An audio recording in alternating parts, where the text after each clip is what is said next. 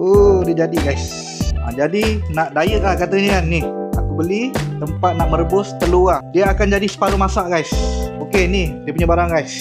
Okey, korang akan dapat satu dia punya plug 2 pin. Dia ada bagi tempat penutup satu. Okey, ni dalam dia guys. Korang boleh letak 4 biji sekali untuk rebus. Lepas tu dia ada bagi ni, dia punya cup ni.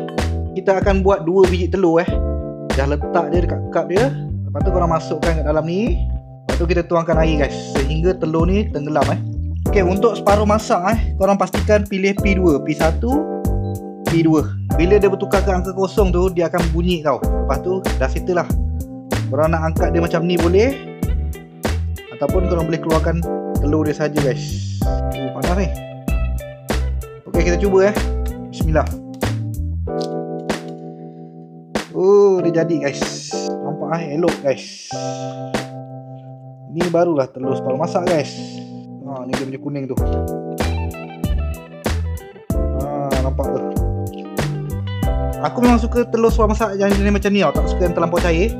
So, kita tuangkan sikit. Dicap sikit.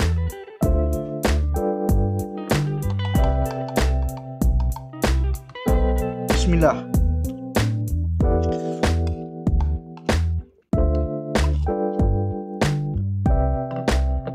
Mana korang dapatkan ni? Boleh tekan link apa.